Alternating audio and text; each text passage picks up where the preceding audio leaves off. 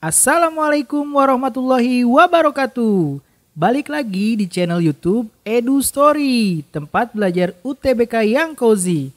Sebelum belajar, jangan lupa subscribe, like, and share. Untuk support kita lebih semangat lagi, bantu pejuang PTN se-Indonesia.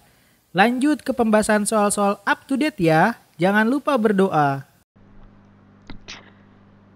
Halo Eduholik, jika kalian menemukan soal seperti ini, maka kita harus mengingat konsep struktur atom dan sistem periodik unsur ya, yang ada di kelas 10.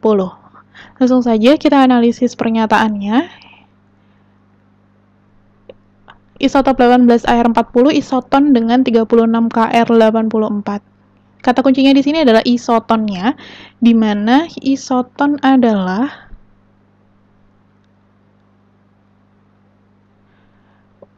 unsur, isotop suatu unsur yang memiliki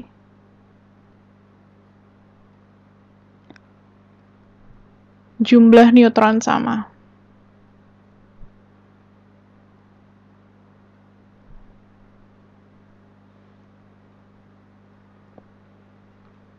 Oke, maka kita harus cek terlebih dahulu. Untuk menentukan neutron, maka bisa menggunakan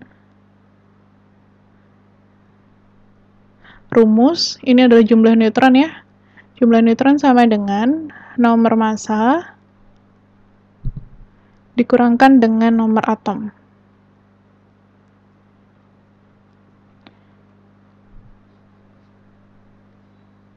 Oke, untuk 18Ar40 ini isotonnya berjumlah 22. Untuk 36 Kr84 ini isotonnya berjumlah 48. Maka keduanya tidak memiliki jumlah neutron yang sama, jadi tidak digolongkan sebagai isoton. Pernyataannya salah. Kemudian kita analisis alasannya. Isotop 18Ar40 memiliki jumlah neutron yang sama dengan 18Ar40. Karena ini merupakan isotop yang sama, maka jumlah neutronnya juga sama. Jawabannya benar. Maka pilihannya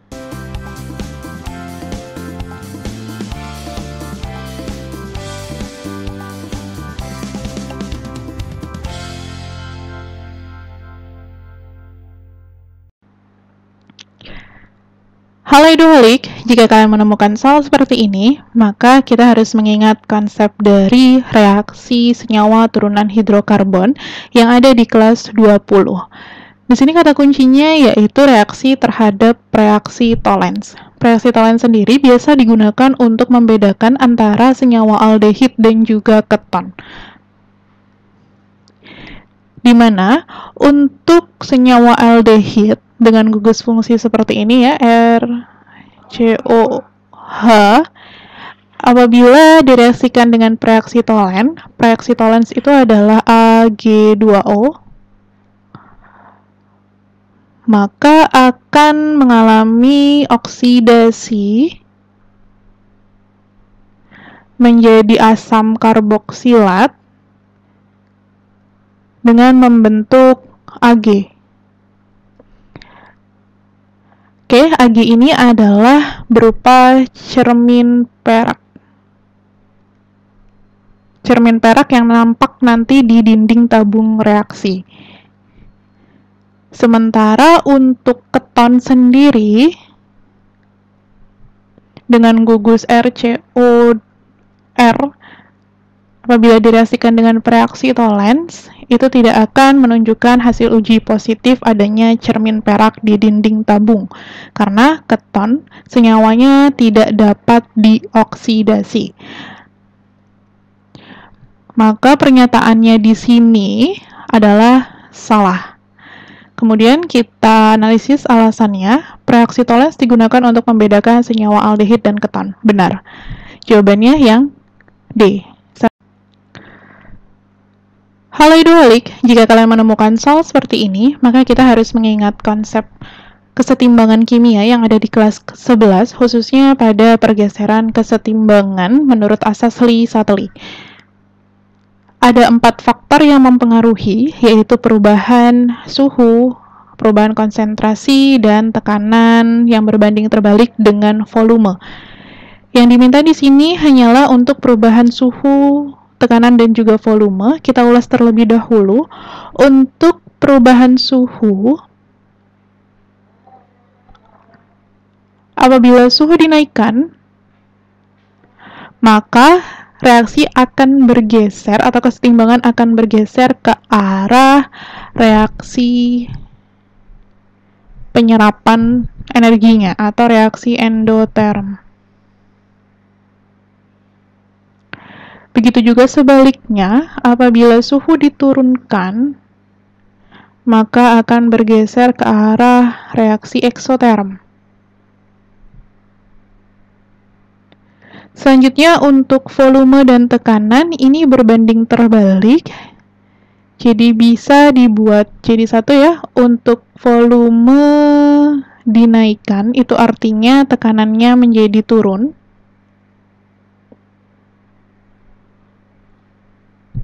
Maka kesetimbangan nanti akan bergeser ke arah jumlah mol yang lebih besar.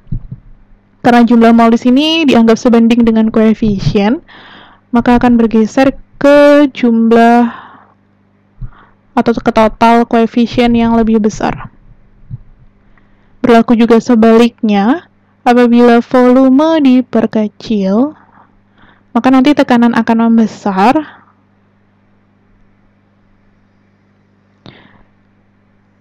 Reaksi akan bergeser ke arah total koefisien yang kecil. Oke, kemudian kita analisis satu persatu pilihan jawabannya. Di sini yang ditanyakan adalah konstanta kesetimbangan akan meningkat apabila. Oke, sebelum menjawab ini, maka kita harus terlebih dahulu menuliskan konstanta kesetimbangannya. Konstanta kesetimbangan atau Kc di sini adalah hasil kali konsentrasi produk pangkat koefisien diperkan hasil kali konsentrasi reaktan pangkat koefisiennya. Maka AB 3 pangkat 2 per konsentrasi A2 pangkat 1 konsentrasi B2 pangkat 2. Apabila yang diminta adalah konstanta kesetimbangan meningkat, maka jumlah konsentrasi AB3 atau produknya ini harus besar. Harus besar berarti kesetimbangan harus bergeser ke arah kanan. Maka kita periksa satu persatu. Yang satu, apabila suhu dinaikkan, maka akan bergeser ke arah reaksi endoterm. Sementara reaksi ke sebelah kanan ini bukan reaksi endoterm, melainkan reaksi eksoterm. Maka suhu harus diturunkan. Nomor 2 benar. Untuk 3, volume diperbesar. Apabila volume diperbesar tadi, maka akan bergeser ke total koefisien yang besar. Kita lihat di sini, total koefisien untuk reaktan itu 3, sementara produk itu hanya 2. Maka apabila diinginkan bergeser ke kanan, kita tidak bisa memperbesar volume, tetapi yang lebih tepat adalah memperbesar tekanan. Jawabannya adalah 2 dan 4.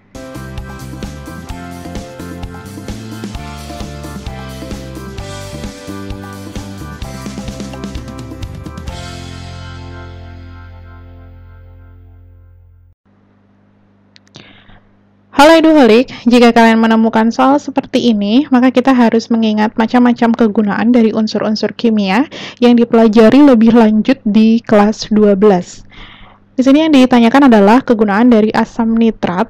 Untuk asam nitrat sendiri merupakan senyawa asam kuat. Cairannya ini tidak berwarna, bersifat korosif, dan merupakan asam yang berasap dan beracun yang dapat menyebabkan luka bakar.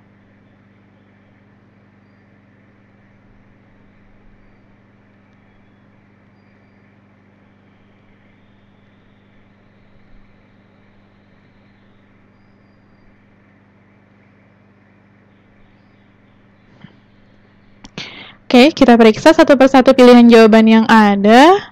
Kegunaan asam nitrat digunakan sebagai pengembang roti, bukan.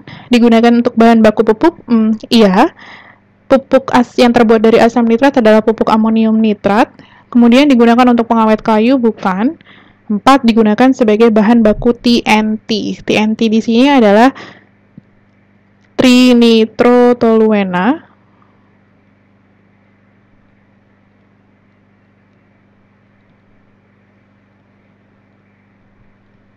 Trinitrotoluena ini sebagai bahan peledak.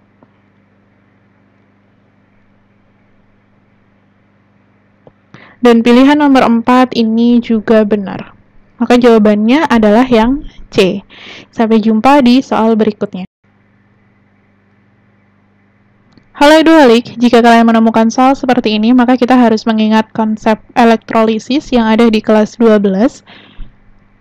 Yang pertama kali harus kita lakukan adalah menganalisis reaksi yang terjadi baik itu di katoda maupun di anodanya dari elektrolisis larutan LSO4.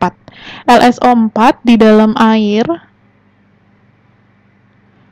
ini akan mengalami ionisasi menjadi L2+ dan juga SO42-.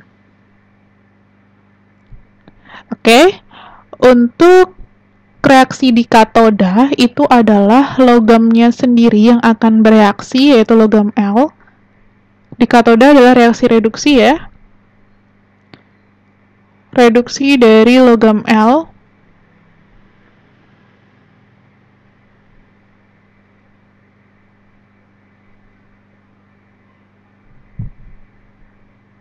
Kemudian reaksi di anodanya, kita perhatikan terlebih dahulu adalah elektroda. Elektrodanya di sini digunakan elektroda platina. Elektroda platina merupakan elektroda inert, jadi tidak akan bereaksi. Selanjutnya, kita perhatikan anionnya. Anionnya adalah anion sisa asam oksi, maka yang bereaksi adalah air.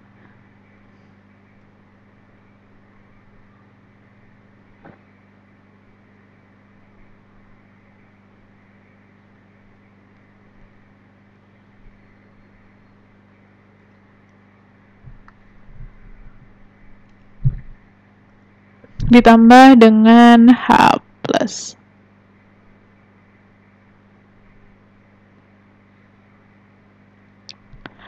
Oke, ini adalah reaksi setara yang terjadi di anoda.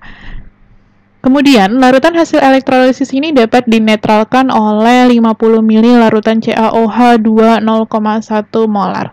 Pernyataan yang benar, kita analisis dulu. Untuk pernyataan 1, dihasilkan gas hidrogen pada katoda, ini salah. Karena pada katoda jelas yang dihasilkan adalah logam L-nya sebanyak 0,28 gram itu, maka tidak ada gas hidrogen yang terbentuk. Untuk nomor 2, dihasilkan gas oksigen pada anoda, benar. Pada anoda dari hasil oksidasi air ini dihasilkan gas oksigen. Kemudian nomor 3, massa atom relatif L. Yang pilihan 3, pernyataan 3 ini 28, sedangkan pernyataan 4 ini 14. Maka kita harus menghitung dulu massa atom relatif L dari data penetralan larutannya. Larutan CaOH ini, CaOH2 ini menetralkan adanya H+ yang terdapat pada hasil elektrolisis. Kita hitung mol CaOH2-nya.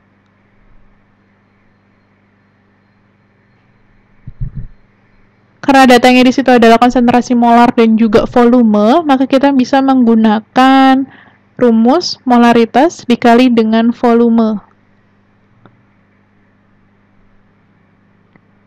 Volumenya dalam liter ya. 0,1 kemudian dikali dengan volumenya 50 mili itu jadi diubah ke liter sama dengan 0,05.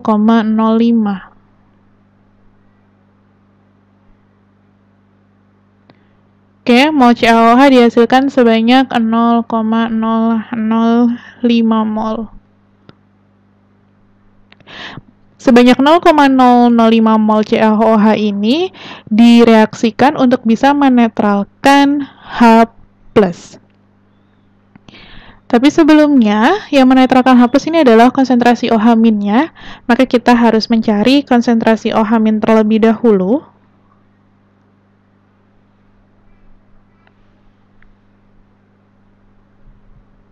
Mol OH-nya adalah 0,005 mol dikali 2, karena valensi OH- di dalam CaOH2 ini jumlahnya ada 2, temu sama dengan 0,01 mol.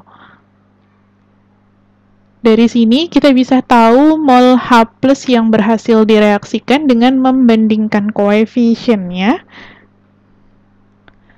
Karena 0,01 mol ini untuk 1 H+,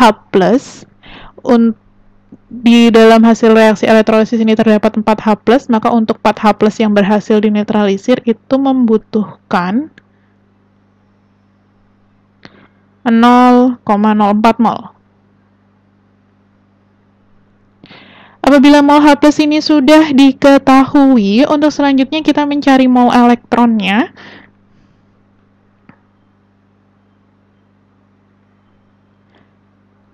Mol elektron itu sama dengan 0,04 juga, karena 4:4 ya. Setelah mol elektron diketahui, kita bisa tahu di sini, maka mol elektron yang terlibat di dalam reaksi reduksi juga sebesar 0,04 mol. Untuk itu, mol dari logam L itu bisa dihitung dengan membandingkan koefisiennya sama. Mol L itu 1:2 dikalikan dengan mol elektron 0,04 mol. Ini hasilnya sama dengan 0,02 mol. Oke, sudah. Sekarang kita cari mol logam L sudah diketahui, sekarang dicari adalah massa atom relatifnya. Pindah ke sebelah sini, di mana mol sendiri itu didapat dengan cara massa bagi AR-nya ya. Maka untuk mencari AR, tinggal dibagi massa dengan mol. Massanya tadi ada 0,28, molnya 0,02. Maka hasilnya sama dengan 14. Jawabannya bukan 28 tetapi 14 yang benar, maka 2 dan 4 yang... Terima kasih sudah nonton full video ini. Tulis saran dan request soal yang kalian ingin bahas di kolom komentar. Salam Eduholik, salam pejuang PTN.